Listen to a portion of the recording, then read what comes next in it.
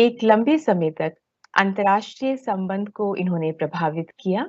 Explain किया और आज के समय में भी अगर आप देखते हैं तो लिबरलिज्म के नए रूप न्यू लिबरलिज्म या उदारवाद को हम नव उदारवाद के रूप में देखते हैं और अंतर्राष्ट्रीय संबंध को समझने का प्रयास करते हैं या यह अंतर्राष्ट्रीय संबंध को अपने रूप से परिभाषित करने का प्रयास करता है। जिस तरह से रियलिज्म के पुराने विचारक रहे हॉब्स इत्यादि, उसी तरह से स्टूडेंट्स अगर हम लिबरलिज्म देखते हैं, उदारवाद देखते हैं, तो उनका भी एक बहुत लंबा ट्रेडिशन रहा है, इतिहास रहा है। हम इमैनुअल कांत की बात कर सकते हैं। एनलाइटनमेंट जो थ्योरी है या सिद्धांत है, उससे वो जुड़े हुए हैं और इसमें अगर आप देखें कि कब से हम ये मानते हैं कि लिबरल या उदारवादी जो विचारधारा है उसने अंतर्राष्ट्रीय संबंध में अपना प्रभाव डाला, तो हम 16वीं शताब्दी की रिफॉर्मेशन मूवमेंट एक समय रहा, आपको याद होगा हमने आपको वेस्टफेलिया करवाया था। वेस्टफेलिया में उस समय वेस्टफेलिया की शांति हुई थी, उसके साथ आधुनिक राष्ट्र राज्य का उदय हुआ था, मॉडर्न नेशन स्टेट का। सो वही वेस्टफेलिया के समय में अगर हम लोग जाते हैं, तो वेस्टफेलिया के समय में हम लोग देखेंगे कि किस तरह से उस समय जो मॉडर्न नेशन स्टेट था, ना सिर्फ मॉडर्न नेशन स्टेट का उदय हुआ था या वो उसकी शुरुआत आप कह सकते हैं मानी जाती है, लेकिन साथ ही साथ स्टूडेंट्स उसके साथ उससे पहले जो एक एब्सोल्यूट किंग्स का रूल था, साथ ही साथ जो चर्च और स्टेट को एक माना जाता था, सो उसमें उसको भी अलग किया गया। सो इन सब को हम लिबरल ट्रेडिशन से जोड़ते हैं। साथ ही साथ जो मॉडर्न नेशन स्टेट है उसको हम डेमोक्रेसी यानी प्रजातांत्रिक प्रणाली, अधिकार, लिबर्टी, स्वतंत्रता, फ्रीडम और इंडिविजुअलिज्म से व्यक्तिवाद, इससे भी हम जोड़ते हैं। अगर हम लॉन्ग ट्रेडिशन की बात करें तो 16वीं शताब्दी का जो रिफॉर्मेशन मूवमेंट है वहां पर हम इसे खासकर ट्रेस कर सकते हैं। लेकिन जिस प्रकार यथार्थवाद या रियलिज्म में अलग-अलग कहने को वो रियलिज्म है, यथार्थवाद है या नव यथार्थवाद है, लेकिन उसमें भी अलग-अलग विचारक हैं। उसी तरह से जो उदारवाद है या लिबरलिज्म है या न्यू लिबरलिज्म है, उसमें भी अलग-अलग विचारक हैं और विचारधाराओं में आपको थोड़ा-सा अंतर मिल जाएगा या विचारों में थोड़ा-सा अंतर मिलेगा। लेकिन एक कॉमन पॉइंट है डेमोक्रेसी या इंडिविजुअल की जो लिबर्टी है उस पर ये सभी लोग या कोऑपरेशन सहयोग पर ये सभी लोग सहमत हैं। अन्य क्षेत्रों में थोड़ा-सा आपको विचारों में परिवर्तन मिल सकता है। अगर हम बात करें फिलोसोफर जॉन लॉक, स्टूडेंट्स पिछली क्लास में भी मैम ने आपको जो सोशल कॉन्ट्रैक्ट थिंकर्स हैं, जिसमें हम हॉब्स, लॉक और रूसो की बात करते हैं, उनके बारे में हमने ज़िक्र किया था। उसी तरह अगर हम लिबरल ट्रेडिशन की बात करते हैं, तो उसमें भी हम जॉन लॉक की बात कर सकते हैं, क्योंकि जॉन लॉक को मॉडर्न नेशन स्टेट में जो इंडिविजुअल लिबर्टी है या व्यक्ति की जो स्वतंत्रता है उससे जोड़ा गया है और एक लिबरल ट्रेडिशन जहाँ पर एडम स्मिथ की भी हम बात करते हैं, मुक्त व्यापार की हम बात करते हैं या इकोनॉमिक फ्रीडम की हम बात करते हैं, उससे भी लॉक को जोड़ा जाता है। जॉन लॉक ने बात की थी इंडिविजुअल लिबर्टी की। उन्होंने बात की थी कि जब राज्य का गठन नहीं हुआ था, तो जो स्टेट ऑफ नेचर था, यानी जो प्राकृतिक अवस्था थी, तो उसमें मनुष्य के पास अधिकार थे। लाइफ और लिबर्टी के अधिकार और प्रॉपर्टी, ये 3 अधिकार पे उन्होंने बहुत ज़्यादा बल दिया है। अगर हम बात करते हैं लिबर्टी की लाइफ की, तो ऑटोमेटिकली लाइफ में लिबर्टी या स्वतंत्रता आपकी आ जाती है। तो इन अधिकारों को उन्होंने नेचुरल राइट्स बताया था, प्राकृतिक अधिकार बताया था, जो मनुष्य के पास राज्य के गठन से पहले उपलब्ध थे। राज्य का गठन केवल या स्टेट का गठन या स्टेट का जो एक एग्जिस्टेंस है वो सिर्फ इसलिए हुआ था क्योंकि जो स्टेट ऑफ नेचर है यानी जो प्राकृतिक अवस्था है राज्य की उत्पत्ति से पहले की जो अवस्था है ड्यूरिंग दैट स्टेज सभी के पास फ्रीडम सभी के पास लाइफ और प्रॉपर्टी का अधिकार था लेकिन जब सबके पास ये अधिकार है कोई लॉ एंड ऑर्डर नहीं है तो व्यक्ति को ये नहीं मालूम कि कहाँ उसका अधिकार समाप्त होता है और कहाँ दूसरे का शुरू होता है तो ये डिसाइड करने के लिए या ये लॉ एक रहे कि ये आपकी लिबर्टी है लेकिन दूसरे के पास भी उतनी लिबर्टी है ताकि सभी लोग पीसफुली रहें राज्य का गठन किया गया और लिमिटेड राइट्स दिए गए थे स्टेट को सिर्फ इंटरप्रेट करने के लिए लॉज को इंटरप्रेट करने के लिए ताकि जो राइट्स है ह्यूमंस के पास जो राइट है वो प्रॉपरली उसका यूज कर सकें उसे एंजॉय कर सकें सो ये जो लिमिटेड स्टेट है यही आप लिमिटेड जो स्टेट है यही लिबरल्स जो है उनका आप बेस कह सकते हैं या उदारवादी विचारधारा का आप बेस कह सकते हैं इसके तहत ये कहा गया है कि क्योंकि डेमोक्रेसी है प्रजातांत्रिक प्रणाली है तो राज्य का न्यूनतम हस्तक्षेप होना चाहिए यानी limited state intervention in human liberty and economy अर्थव्यवस्था में भी मुक्त व्यापार हो मुक्त अर्थव्यवस्था हो राज्य का न्यूनतम या मिनिमल इंटरफेरेंस हो इसी तरह से क्योंकि व्यक्तिवाद या व्यक्ति पे बल दिया गया है तो इसीलिए उसके जीवन में भी न्यूनतम या कम से कम हस्तक्षेप होना चाहिए लेकिन यथार्थवादियों से थोड़ा यथार्थवादी स्टूडेंट्स आपको याद होगा हमने आपको बताया था कि अगर हम हॉब्स की बात करते हैं या हम मॉर्गेंथु या इत्यादि की बात करते हैं तो उन्होंने पूरा कंसेप्ट ह्यूमन नेचर पर आधारित किया है और ह्यूमन नेचर कैसा है कहीं ना कहीं ह्यूमन नेचर जो है वो इनसिक्योर है सेल्फ इंटरेस्टेड है लेकिन इसके विपरीत जो लॉक का ह्यूमन है वो सहयोग भी करता है वो एनलाइटन भी हो सकता है और रैशनल और रीजन के आधार पर यानी कि चिंतन के आधार पर वो व्यक्ति सहयोग कर सकता है हमेशा युद्ध के लिए या असुरक्षा के लिए वह तत्पर नहीं रहता है सो ये अंतर है इसके अलावा जैसे हमने आपको बताया इमैनुअल कांट J.S. मिल T.H. ग्रीन ये अन्य विचारक हैं इस लिबरल या उदारवादी विचारधारा के इसके अलावा J.S. मिल जो है उन्होंने भी इंडिविजुअल फ्रीडम या लिबर्टी पर बहुत बल दिया था और उन्होंने सेल्फ इंटरेस्ट और अदर इंटरेस्ट या सेल्फ रिगार्डिंग और अदर रिगार्डिंग जो आपके मनुष्य के जो एक्शंस हैं उनको दो भागों में उन्होंने बांटा था वो कार्य जो आप करते हैं अगर उसका प्रभाव केवल आप पर पड़े आप पूर्ण रूप से स्वतंत्र हैं लेकिन उसका प्रभाव अगर अन्य व्यक्तियों पर पड़ता है तो वहां पर अंकुश लगाए जा सकते हैं बिकॉज अल्टीमेटली आप स्वतंत्र हैं अपना जीवन जीने के लिए लेकिन अगर आप कुछ ऐसा करते हैं जिससे दूसरे मनुष्य को हानि होती है हार्म होता है वायलेंस होता है तो ऑब्वियसली उसमें अंकुश है और कानून है कानून का पालन करना है तोड़ने पर जो कानून तोड़ा गया है उसकी सजा भी होती है अगर हम बात करते हैं उदारवाद की तो इस परंपरा को आगे बढ़ाते हुए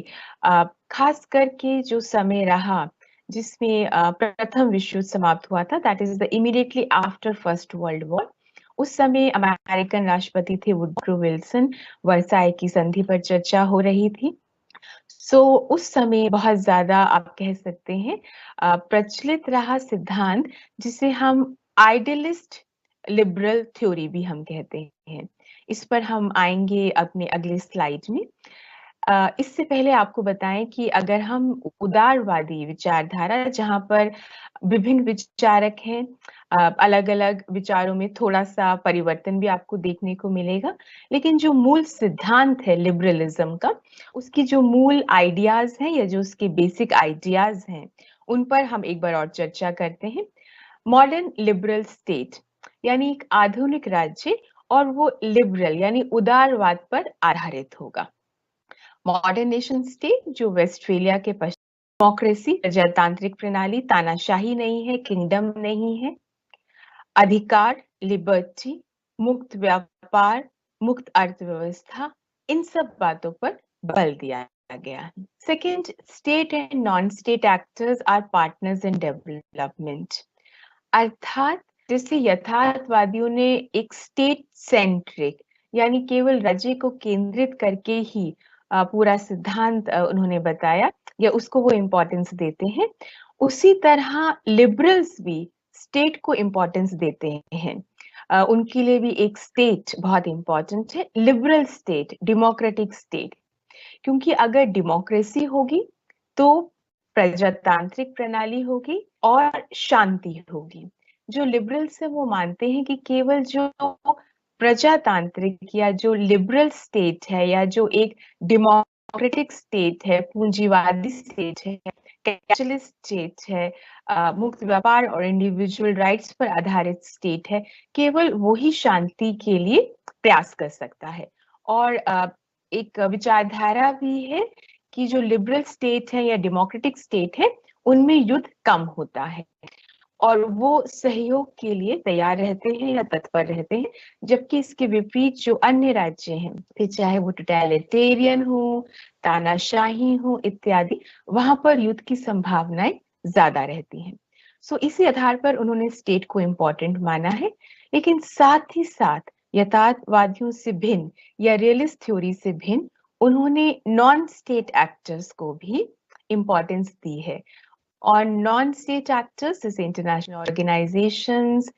एमएनसीज, बहुराष्ट्रीय निगम, इसी तरह से जो इश्यूज हैं वो भी उन्होंने राजनीतिक इशू के अलावा अर्थव्यवस्था इत्यादि यानी इकोनॉमिक इश्यूज को भी, व्यापार को भी उन्होंने इम्पोर्टेंस दी है। और ये माना है कि जो राज्य है उसका जो मेन एम है वो है मनुष्य का विकास करना, या जो राज्य है और नॉन स्टेट एक्टर्स हैं वो कार्य करते हैं, सहयोग करते हैं डेवलपमेंट के लिए, विकास के लिए। और किसका विकास? मनुष्यों का, नागरिकों का विकास। एक और प्रिंसिपल जिसे हम इम्पोर्टेंट मान सकते हैं लिबरल विचारधारा का, वो है कि अगर राज्य जो है वो शांति के लिए प्रयास करेंगे, प्रजातांत्रिक राज्य, ये बहुत इम्पोर्टेंट है कि केवल प्रजातांत्रिक राज्य जो है, क्योंकि उनके जो प्रिंसिपल्स हैं या सिद्धांत हैं वो तानाशाही पे आधारित नहीं है, वो अधिकारों पर आधारित हैं, वो समय समय पर चुनाव पर आधारित है, वो बदलाव पर आधारित है। तो इसलिए वो उनमें शांति रहती है या वो शांति के लिए कार्य करते हैं। और क्योंकि स्वयं वो शांति के लिए कार्य करते हैं, तो अंतर्राष्ट्रीय क्षेत्र में भी वो शांति का प्रयास करेंगे, अन्य संगठनों से, अन्य राज्यों से सहयोग करेंगे। और इस प्रकार से जो अंतर्राष्ट्रीय ऑर्डर है या इंटरनेशनल ऑर्डर है या जो अंतर्राष्ट्रीय प्रणाली है, वो भी ज्यादा शांतिपूर्ण रहेगी।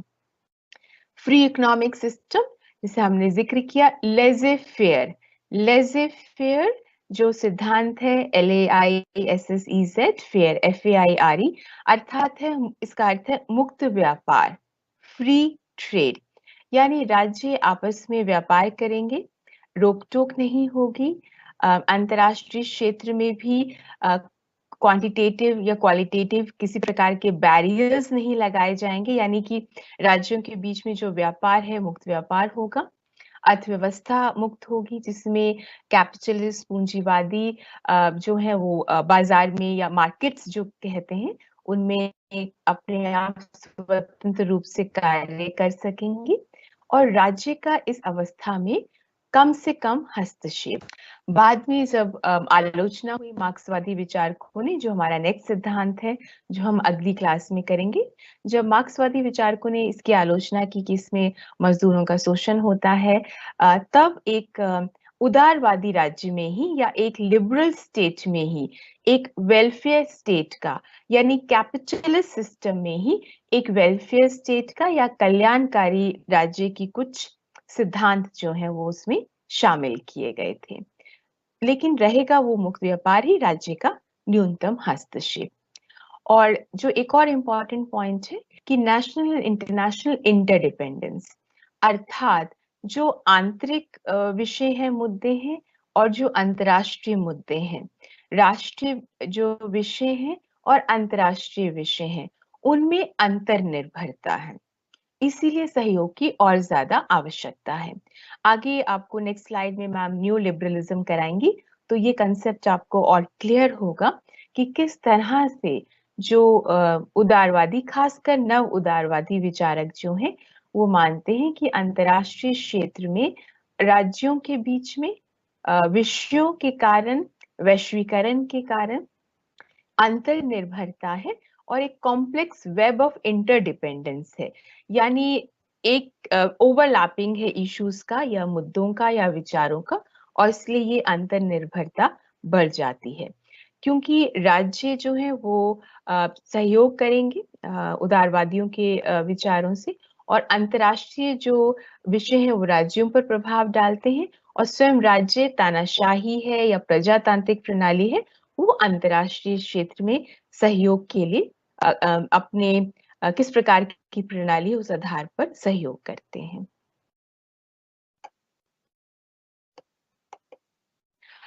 जैसे हमने आपको बताया स्टूडेंट्स, पुरातन समय में आप कह सकते हैं या आरंभ में आप कह सकते हैं, इमैनुअल कांत हो गए, लॉक हो गए, जेएस मिल इत्यादि। उसके पश्चात जो फर्स्ट वर्ल्ड वॉर का जो पीरियड था, युद्ध हुआ, क्योंकि उससे पहले जैसे शक्ति संतुलन इत्यादि, बैलेंस ऑफ पावर हम आपको बता चुके हैं। तो जो फर्स्ट वर्ल्ड वॉर का जो पीरियड था, जब युद्ध हुआ, तो किस कारण से ये वर्ल्ड वॉर हुआ, तो इन सब बातों पे जब विचार करें, तो जो फर्स्ट वर्ल्ड वॉर की समाप्ति के समय का जो समय था, जब वर्साय की संधि पर हस्ताक्षर किए जा रहे थे, या उस वर्साय की संधि पर चर्चा चल रही थी, या उस समय जब राष्ट्र संघ, लीग ऑफ नेशंस, जो औपचारिक रूप से पहला अंतर्राष्ट्रीय संगठन रहा,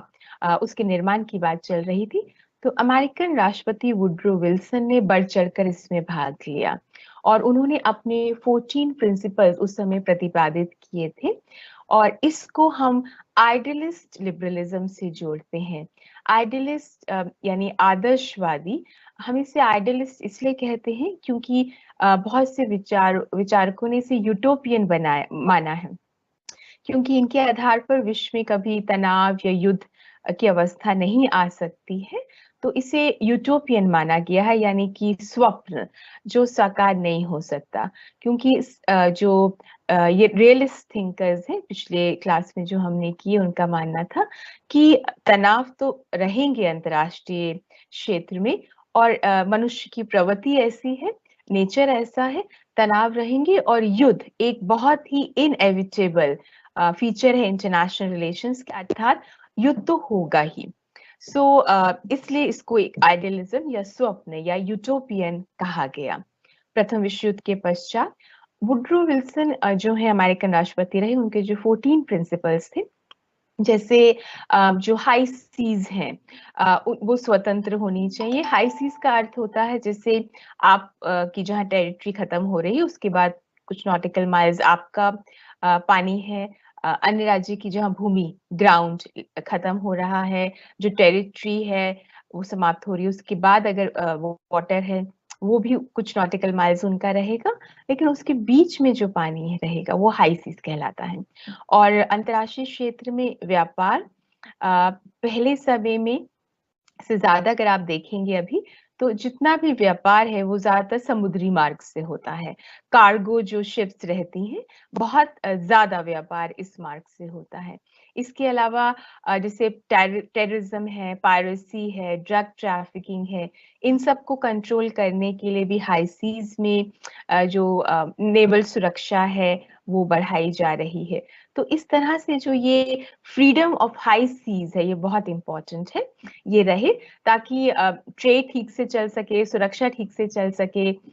राज्यों के बीच में आपस में तनाव ना हो वाटर्स को लेकर। सेकंड, इसी तरह से और उनके प्रिंसिपल्स रहे, जैसे एक इंटरनेशनल ऑर्गेनाइजेशन होनी चाहिए विचार विमर्श इत्यादि के लिए, शांति स्थापित करने के लिए। जो राज्य हैं उस समय जो राज्य स्वतंत्र नहीं थे इत्यादि, उनके पास भी स्वतंत्रता का अधिकार होना चाहिए। अन्य राज्यों पर कब्ज़ा नहीं करना है, हस्तक्षेप नहीं करना है, इस तरह से उनके 14 प्रिंसिपल्स रहे। अ, और एक आइडियल वर्ल्ड या एक ऐसे वर्ल्ड की जिसे कहते हैं सुनहरा वर्ल्ड की बात की गई, जहाँ पर बिल्कुल तनाव नहीं होंगे, संघर्ष नहीं होगा, युद्ध नहीं होगा। इस तरह का इस तरह की विचारधारा उस समय रही। लीग ऑफ नेशंस बना, अमेरिका को लेकिन लगा उस समय कि इस समय कोई फ़ायदा नहीं है लीग ऑफ नेशन जॉइन करने का। तो एक विचारधारा होते हुए भी लीग ऑफ नेशंस को बढ़ावा देते हुए भी स्वयं जो लीग ऑफ नेशंस है उसमें अमेरिका शामिल नहीं हुआ। और उसके पश्चात ऑफ कोर्स हम जानते ही हैं कि लीग ऑफ नेशंस असफल रहा युद्ध रोकने में। इटली ने एबिसिनिया पर लीग ऑफ नेशंस के रहते-रहते इटली ने एबिसिनिया पर, जापान ने काओ चाओ पर हमला किया, पर लीग ऑफ नेशंस रोकने में सफल नहीं रहा, ना उनको कलेक्टिव सिक्योरिटी सामूहिक सुरक्षा का प्रयोग किया, ना उनके खिलाफ कोई स्ट्रॉन्ग एक्शन लिया गया। इसी तरह से जो फर्स्ट वर्ल्ड वॉर वर्साई की संधि के पश्चात अ, जर्मनी ने पुनः अपना जो हथियार इत्यादि हैं उनका अधिग्रहण करना शुरू किया या नाज़ी जो है जर्मनी आप कह सकते हैं नाज़ीवाद आया जर्मनी में जिसमें हिटलर ने बहुत अन्य राज्यों पर जैसे चेकोस्लोवाकिया इत्यादि, ऑस्ट्रिया इत्यादि पर हमला किया। इसी तरह से इटली में मुसोलिनी अ, उस समय की जो शक्तियाँ थी क्योंकि अमेरिका तो एक लंबे समय से आइसोलेशन की एक तरह से पॉलिसी अपना रहा था। लेकिन उस समय की जो और शक्तियाँ थी ब्रिटेन, फ्रांस इत्यादि किसी ने भी उस समय ज़्यादा प्रयास नहीं किया जर्मनी को या इटली को नाज़ीवाद या फासीवाद जो जर्मनी और इटली में आया या उन्होंने जो एक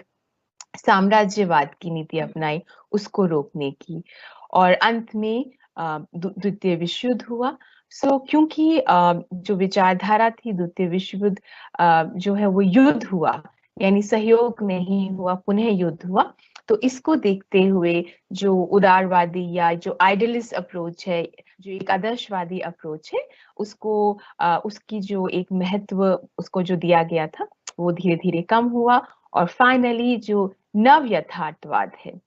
उसका ज़्यादा प्रचलन आरंभ हुआ, वो ज़्यादा प्रेवलेंट हुआ because it was able to explain क्योंकि नव यथार्थवाद एक्सप्लेन कर पाया कि युद्ध हो रहे हैं या जो युद्ध हुआ उसने स्पष्ट किया कि यथार्थवादी जो हैं वो ज़्यादा सही थे। तो इस प्रकार से जो आइडियलिस्ट विचारधारा है, वो ज़्यादा महत्वपूर्ण नहीं रही। अ, इसके बाद स्टूडेंट्स क्योंकि जो लिबरलिज़्म है अ, उसकी आलोचना की रियलिस्ट ने या रियलिस्ट की आलोचना की लिबरलिज़्म ने और जब सेकंड वर्ल्ड वॉर और उसके बाद का जो विश्व था, जब न्यू रियलिस्ट पर्सपेक्टिव जो है सामने और ज़्यादा आया या नव यथार्थवादी आया, तो उसके रिएक्शन में न्यू लिबरलिज़्म जो है वो आया यानी नव उदारवादी विचारधारा ज़्यादा प्रेवलेंट हुई। जो नव उदारवादी विचारधारा है, आधारित रही उदारवाद पर ही, ज़्यादातर प्रिंसिपल्स मिलते हैं, थोड़ा परिवर्तन ज़रूर है, लेकिन इन्होंने भी मनुष्य को, व्यक्ति को, प्रजातांत्रिक प्रणाली को इंडिविजुअल लिबर्टी को इन्होंने या मुक्त व्यापार को काफ़ी हद तक और सहयोग को काफ़ी हद तक इन्होंने महत्व दिया। जो न्यू लिबरलिज्म है स्टूडेंट्स इसे हम लिबरल इंस्टीट्यूशनलिज्म या न्यू लिबरल इंस्टीट्यूशनलिज्म के नाम से भी हम इसे जानते हैं या इसे रेफर करते हैं क्योंकि न्यू लिबरलिज्म ने सहयोग को अंतर्राष्ट्रीय सहयोग अगर हम बहुत साधारण शब्दों में आपको एक्सप्लेन करें तो अंतर्राष्ट्रीय क्षेत्र में सहयोग और अंतर्राष्ट्रीय क्षेत्र में बहुत सारे संगठन, बहुत सारे जो ऑर्गेनाइज़ेशंस हैं, उन पर बल दिया और उन्होंने कहा कि इनफैक्ट बहुत सारी ऐसी ऑर्गेनाइज़ेशंस हैं, जो ओवरलैपिंग हैं। जैसे फॉर एग्जांपल यूनाइटेड नेशंस जो है वो एक वैश्विक संस्था है, लेकिन उसके अलावा क्षेत्रीय संस्थाएं भी हैं, रीजनल जो ऑर्गेनाइजेशंस हैं वो भी हैं, जैसे यूरोपीय यूनियन हो गया, साउथ एशिया में सार्क इत्यादि हो गया। लेकिन इसके साथ और भी संगठन है या और भी ऑर्गेनाइजेशंस हैं या स्पेशलाइज्ड एजेंसीज हैं, जैसे WHO है, यूनिसेफ है, यूनेस्को है। इसके अलावा और भी हैं, जैसे आसियान है। आसियान के साथ आसियान के डायलॉग पार्टनर्स हैं, जिसमें फिर से इंडिया है, सार्क में इंडिया है, UN में इंडिया है। तो इस तरह से जो कंट्रीज हैं वो विभिन्न ऑर्गेनाइजेशंस का हिस्सा हैं।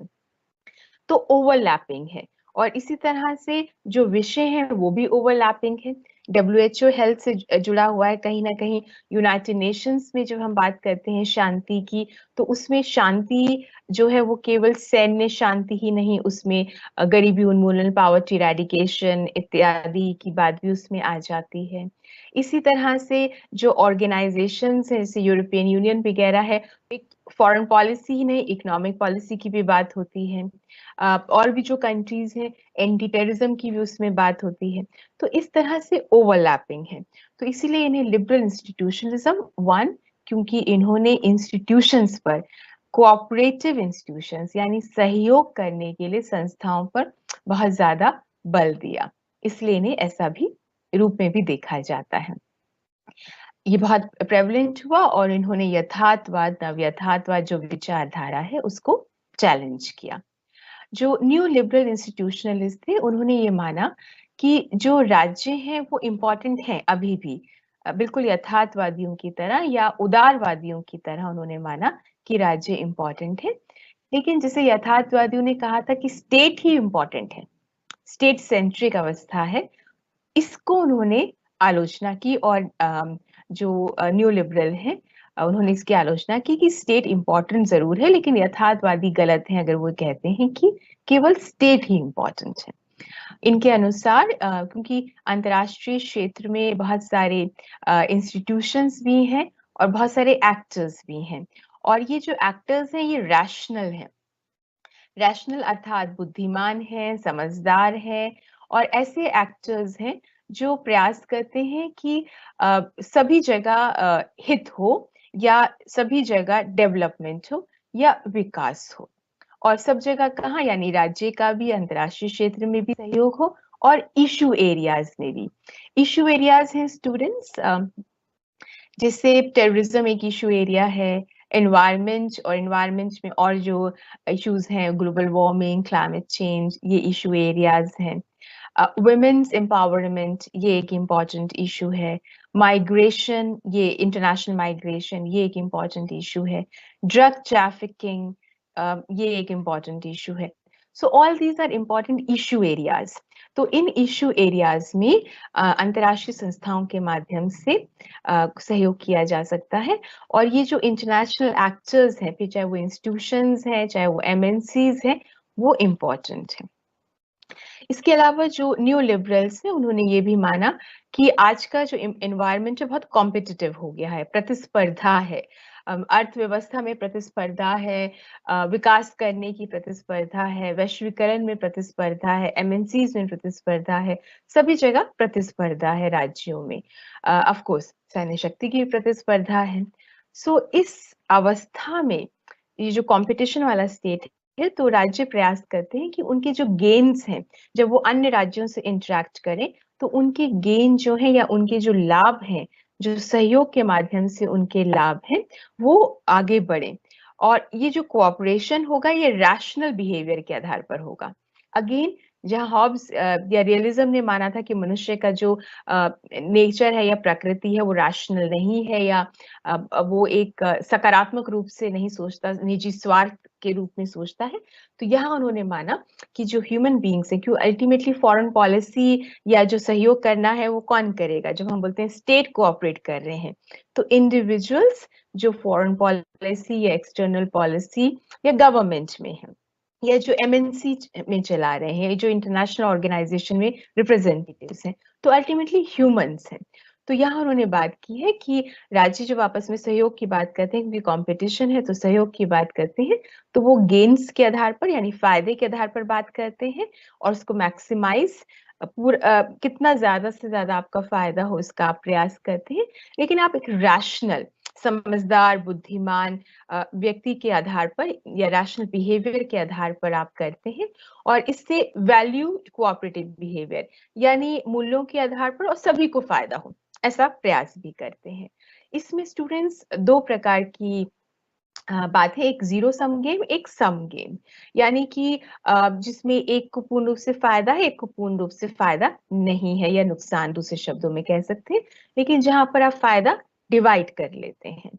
सो ये इन्होंने यहाँ पर माना, लेकिन यहाँ पर थोड़ी-सी राज्यों में कोऑपरेशन के लिए हिचक ज़रूर रहती है, बिकॉज़ उनको ये लगता है कि अगर दूसरा राज्य जो हमने एग्रीमेंट किया है, उसका पालन नहीं करे तो या दूसरे राज्य उस एग्रीमेंट से मुकर जाए तो नुकसान होगा, तो वो कोऑपरेशन नहीं रहेगा। तो ये एक फैक्टर ज़रूर है जो राज्यों को कहीं न कहीं आपस में कोऑपरेट करने से रोकता है। लेकिन अगेन क्योंकि जो नियोलिबरल्स हैं या लिबरल्स हैं वो मानते हैं कि ह्यूमन बीइंग्स आर रैशनल, तो कहीं न कहीं इसका सॉल्यूशन निकल आता है। ये सेकंड लास्ट स्लाइड है आज के लिए स्टूडेंट्स हमारी। जो न्यू लिबरल इंस्टीट्यूशनलिस्ट इंस्टीट्यूशंस जो संस्थाओं पर बहुत ज़्यादा महत्व देते हैं या कोऑपरेशन पर बहुत महत्व देते हैं, तो उन्होंने कहा कि सेकंड जो प्रॉब्लम आती है कोऑपरेशन में, पहली तो ये आती है कि कहीं लगे कि कहीं दूसरा राज्य इसको कहीं चीटिंग तो नहीं करेगा, कहीं तोड़ तो नहीं देगा, कहीं वायलेट तो नहीं करेगा। पहला ये जो है चीज़ रोकती है। दूसरा जो कोऑपरेशन को मुश्किल बनाता है, वो तब जब राज्य जो आपस में इंटरैक्ट कर रहे हैं, उनको ये नहीं लगता कि दोनों को इसमें फ़ायदा है। दैट मीन्स उन क्षेत्रों में कोऑपरेशन करना मुश्किल है, जहाँ पर लीडर्स को म्यूचुअल इंटरेस्ट नज़र नहीं आता। जहाँ पे दोनों को अपना जो हित है, अपने राज्यों का हित जो है, वो नहीं लगता, तब कोऑपरेशन करना मुश्किल होता है। लेकिन अगर दोनों राज्यों को लगे कि इस क्षेत्र में अगर वो कोऑपरेट करते हैं, 3 राज्यों को लगे या संस्थाओं को लगे या उस संस्थाओं के सदस्य बनने से लगे कि आपका फ़ायदा होगा आपके राज्य का या इसमें दोनों का फ़ायदा है तो ज़रूर कोऑपरेशन करते हैं या हो सकता है। इसके अलावा न्यू लिबरलिज़्म की सबसे या इंस्टीट्यूशनलिज़्म की सबसे इम्पोर्टेंट जो विचारधारा है स्टूडेंट या विचारक जो हैं जो 1970s में रॉबर्ट कोहेन और जोसेफ नाई इन्होंने ट्रांसनेशनलिज्म यानी राज्यों का जो आपस में सहयोग होता है उसकी बात की और इन्होंने कॉम्प्लेक्स इंटरडिपेंडेंस अंतर्निर्भरता कॉम्प्लेक्स हो गई जटिल जटिल अंतर्निर्भरता का इन्होंने सिद्धांत दिया था ये जो सिद्धांत था जटिल अंतर्निर्भरता का या कॉम्प्लेक्स इंटरडिपेंडेंस का इसमें जोसेफ नाई और रॉबर्ट कोहेन ने ये कहा कि क्योंकि मॉडर्नाइजेशन हुआ है और ये मॉडर्नाइजेशन बहुत ज़्यादा फास्ट है। जो ये मॉडर्नाइजेशन का जो प्रोसेस है बहुत ज़्यादा क्योंकि फास्ट है, इसके आधार पर बहुत ज़्यादा सहयोग हो रहा है अंतर्राष्ट्रीय क्षेत्र में और क्योंकि ये जो सहयोग हो रहा है अंतर्राष्ट्रीय क्षेत्र में, इसमें